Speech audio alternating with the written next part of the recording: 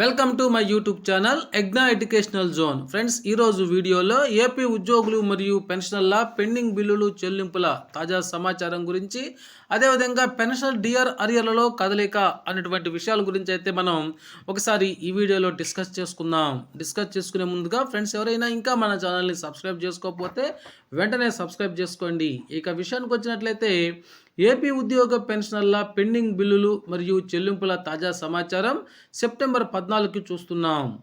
AP పెన్షన్ల pending DR అరియర్లలో కదలిక అనే ఒక న్యూస్ అయితే ఉంది. దాని గురించి మనం ఇప్పుడు తెలుసుకుందాం. ఏపీ పెన్షన్లకు సంబంధించిన పెండింగ్ అరియర్లు గత 2 రోజుల నుంచి అయితే కొన్ని ట్రెజరీల వారికి జమ అవుతూ ఉన్నాయి. ఇప్పటి వరకు గత 2-3 రోజుల నుంచి జమ అయినటువంటి పెండింగ్ బిల్లులను కనుక పరిశీలించినట్లయితే వాటిలో కమిటేషన్ అమౌంటు, పెన్షనర్ల గ్రాట్యుటీ అమౌంటు, అదేవిధంగా జిఐఎస్ అమౌంటు అనేవి గత 2-3 రోజుల నుంచి అయితే కొన్ని ట్రెజరీల వారికి జమ అవుతూ వస్తున్నాయి. ఇక్కడ మనం స్క్రీన్ మీద అయితే చూస్తూ ఉన్నాము. GIS amount credited STO Tirupati yesterday అని మన మిత్రులైతే కామెంట్ సెక్షన్ ద్వారా తెలియజేసి ఉన్నారు. కాబట్టి తిరుపతి ఎస్టీఓ పరిధిలోని జిఎస్ అమౌంట్ అయితే అదేది జమ అయ్యింది. అదేవిధంగా ఈరోజు ఉదయం నాకు జిఎస్ అమౌంట్ నా అకౌంట్లో పడింది అని మన మిత్రులు కామెంట్ సెక్షన్ ద్వారా తెలియజేసి ఉన్నారు.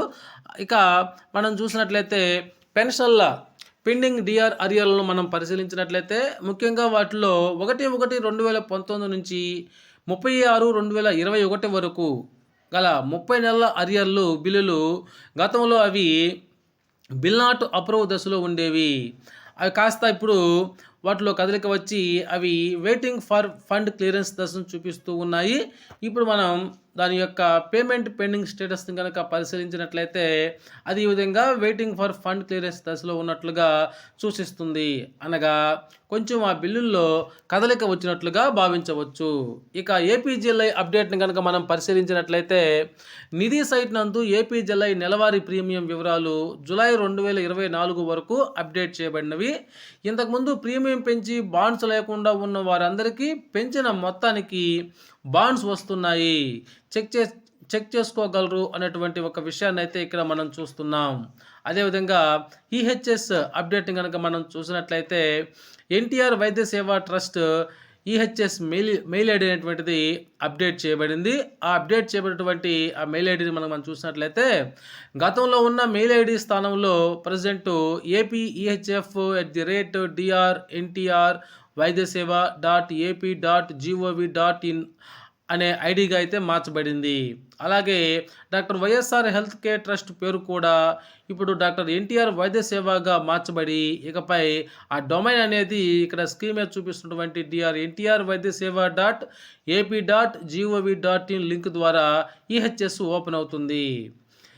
సో పై మెయిల్ ద్వారా రిక్వెస్ట్లు పంపేవారు ఈ కింది మెయిల్ ఐడికి పంపవలసి ఉంటుంది. అది ఏంటంటే apehf@drNTR వైద్యసేవ.ap.gov.in. అయితే ఇక్కడ మనం ఒక గమనికనైతే చూస్తున్నాము. పై మెయిల్ ద్వారా ఈహెచ్ఎస్ దరఖాస్తులో ఉండేటువంటి సమస్యలు, ఫోన్ నెంబర్ అప్డేట్ సమస్యలు మొదలైనటువంటి వాటిని మనం వెంటనే క్లియర్ చేసుకోవచ్చు. ఓకే ఫ్రెండ్స్, ఇది ఇప్పటి వరకు ఉన్నటువంటి తాజా సమాచారం మీకు నచ్చినట్లయితే ఒక లైక్ చేయండి. Thank you.